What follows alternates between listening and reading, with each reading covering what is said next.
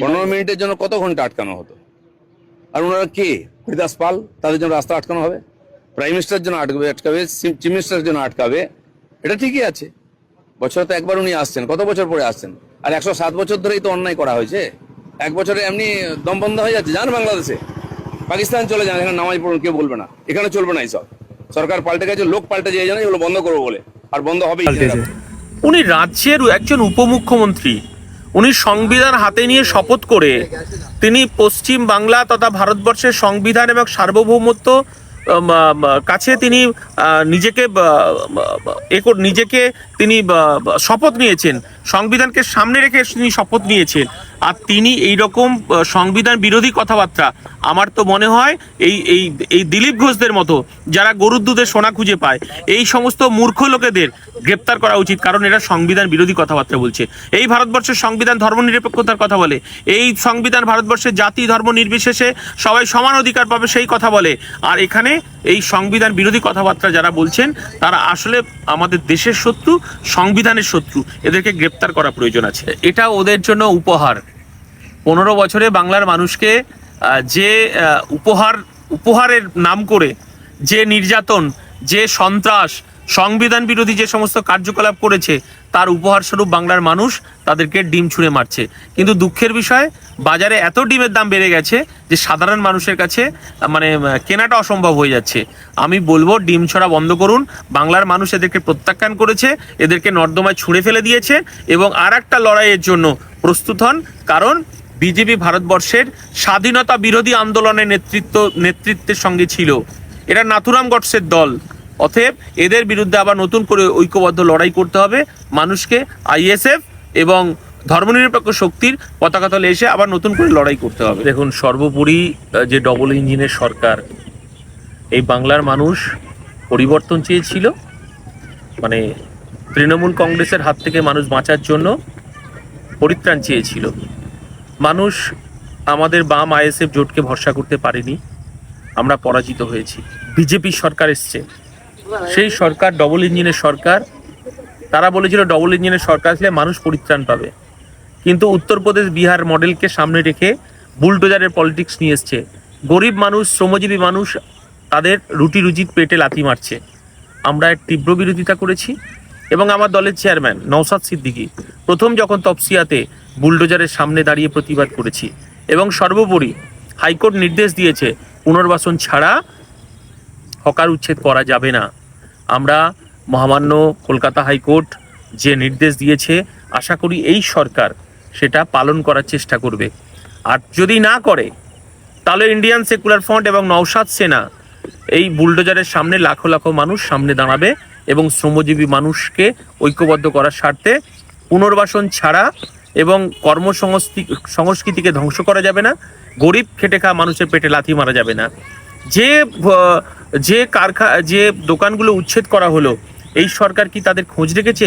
তাদের বাড়ির বাচ্চার খাওয়া হচ্ছে কিনা, তাদের পরিবারের কি অবস্থা খোঁজ রেখেছে? খোঁজ রাখেনি। তৃণমূল কংগ্রেস তো বিজেপির একটা শাখা। মানে এখন কোন তৃণমূলের কথা বলবো বুঝে উঠতে পারছি না। এক হচ্ছে মমতা ব্যানার্জির তৃণমূল, আর একটা হচ্ছে মমতা ব্যানার্জির থেকে যারা হাত ছেড়ে বেরিয়ে গিয়ে বিজেপি শিবিরের নাম লিখিয়েছে, এনসিপিআই একটা নতুন রাজনৈতিক দলে নাম লিখিয়েছে। আসলে মানুষকে বোকা বানানোর চেষ্টা করছে। তৃণমূল কংগ্রেস যেমন বোকা বানানোর চেষ্টা করছে, বিজেপিও মানুষকে বোকা বানানোর চেষ্টা করছে।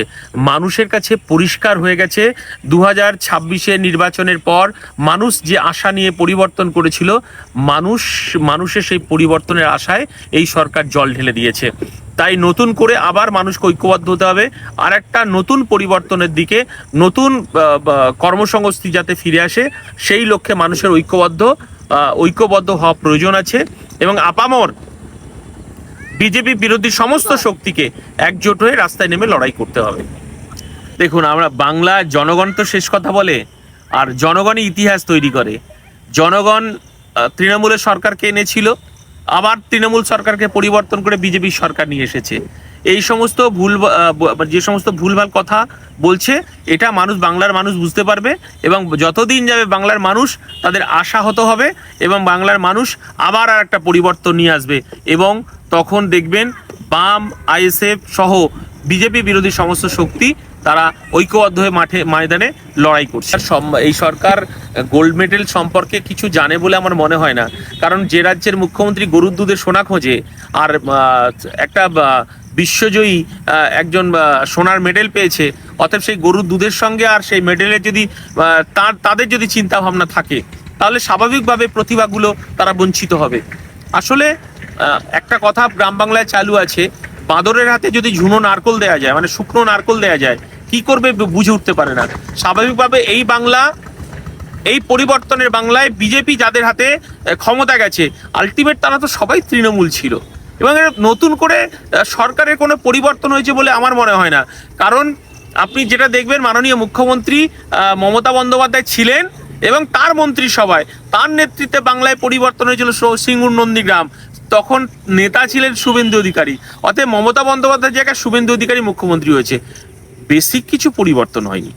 স্বাভাবিক চেয়ারের শুধুমাত্র মমতা বন্দ্যোপাধ্যায় ছিল, শুভেন্দু অধিকারী এসেছে, এখানে নৈতিক কিছু পরিবর্তন হয়নি। স্বাভাবিক, এটাই আমাদের প্রাপ্য। মমতা ব্যানার্জি যে পথে হেঁটেছে, শুভেন্দু অধিকারীও সেই পথে হাঁটছে। স্বাভাবিক, এই বাংলার মানুষের পরিত্রাণ নেই। দেখুন, এটা হচ্ছে অবিবেচক সরকার। অবিবেচক সরকার এই কারণেই, কারণ এরা আমরা বিগত দিনে দেখেছি, আজকেও শুভেন্দু অধিকারী সহ তার মন্ত্রিসভায় যারা আজকে প্রতিনিধিত্ব করছে, তারা কোনো না কোনোভাবে তৃণমূলের সরকারের সঙ্গে যুক্ত ছিল এবং তৃণমূলের মধুকে এসেছে। স্বাভাবিকভাবে এদের ক্ষেত্রে বিবেচনা, এদের ক্ষেত্রে মানে পরীক্ষার যে বিষয়টা, এই বিষয়টা ওদের কাছে কল্পনার অতীত। কোথায় টাকা আছে, কোথায় টাকার খনি আছে, সেই সমস্ত চিন্তা ভাবনা। অতএব প্রতিভাকে সম্মান দেওয়ার ক্ষেত্রে এদের মূল্যায়ন নেই। স্বাভাবিকভাবেই কাউকে খুশি করার জন্য তারা তাদের মতো এরকম মেডেলের লিস্ট তালিকা তৈরি করবে, এছাড়া আর কিছু নয়। মানুষকে প্রাপ্য সম্মান দেওয়ার ক্ষেত্রে এদের সেই বোধবুদ্ধি বোধগম্য নেই। দেখুন, আমাদের গ্রাম বাংলায় একটা কথা আছে, আশায় বাঁচে চাষা। আমরা জানি না, আমি প্রতিদিন ইউটিউবে একটা গান শুনি, ঠিক আছে? তো সেই গানটা আমি প্রত্যেকদিন শুনেই আমি ঘুমাতে যাই, কারণ এখনো আমার কাছে মৌমিতার মৃত্যু একটা দগদগে ঘা। যতক্ষণ পর্যন্ত মৌমিতার দোষীরা শাস্তি পাচ্ছে এবং দৃষ্টান্তমূলক শাস্তি পাচ্ছে, ততক্ষণ পর্যন্ত আমাদের আন্দোলন বন্ধ হবে না। তাতে তার বাবা মা বিজেপি করলো কি অন্য কোনো রাজনৈতিক দলে গেল বা রাজনীতি করলো না, তাতে আমাদের কিছু যায় আসে না। আমরা বারবার ইনসাফ চেয়ে এসেছি, বারবার আমরা মৌমিতা বিচার যেতে পায় সেটা আমরা চেয়েছি। কারণ মৌমিতা শুধু একজন ডাক্তার নয়, কারণ এই বাংলার সেদিন প্রত্যেকটা মা, প্রত্যেকটা বাবা তার সন্তানকে মৌমিতা ভেবেছিল। অতএব সেই আগুন, সেই দগদগে ঘা প্রত্যেকটা গ্রাম বাংলার প্রত্যেকটা ঘরে, প্রত্যেকটা মা বাবার কাছে আছে। অতএব তার বাবা মা বিজেপিতে গেছে বা অন্য কোনো রাজনৈতিক দল করবে, সেটা তার বাবা মার, তাদের ব্যক্তিগত ব্যাপার। কারণ বিজেপি কখনো এর বিচার দিতে পারবে না। সেই কারণে যারা আমরা রাস্তায় নেমেছিলাম, এই মৌমিতার বিচারের জন্য আমাদেরকে রাস্তাতেই থাকতে হবে, কারণ এই সরকার বিচার দিতে পারবে না। তাহলে হাতরাস অনেকদিন আগেই বিচার পেয়ে যেত, বিলকিস অনেকদিন আগেই বিচার পেয়ে যেত। স্বাভাবিকভাবে এদের কাছে বিচারের আশা করে কোনো লাভ নেই। আমাদের নতুন করে ভাবতে হবে, নতুন করে পথ চলতে হবে।